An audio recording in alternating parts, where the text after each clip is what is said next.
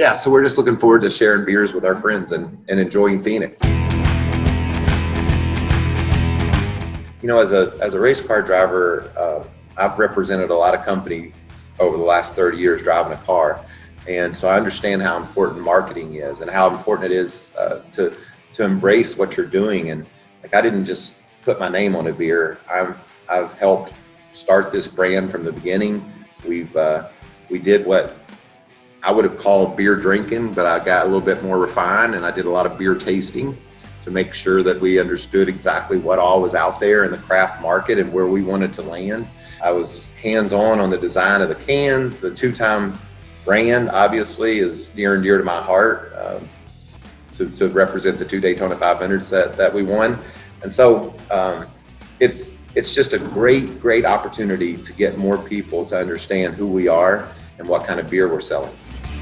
I'll tell you, one thing that I really have appreciated through the last couple of years and getting to the point where we're selling our beer is this one, the 2-time Checkered Past IPA, because I literally at that time couldn't drink an IPA. I could drink half of one and I'd be like full, you know? And I said, that just doesn't work for me.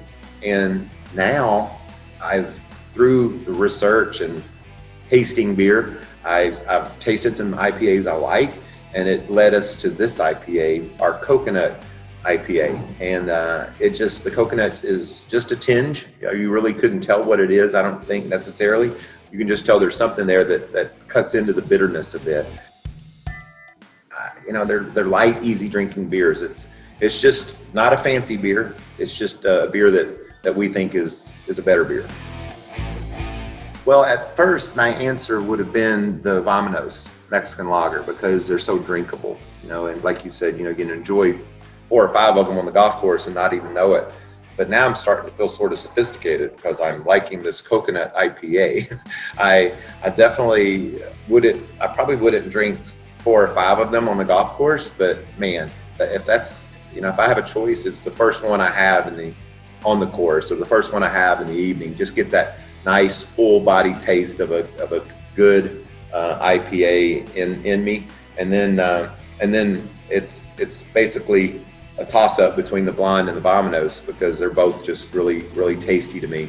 But this one's got a lot going on. That's progress for me. That means I've expanded my tastes for beers through the last couple years of tasting, and who knows, never's a long time, so I wouldn't never say never.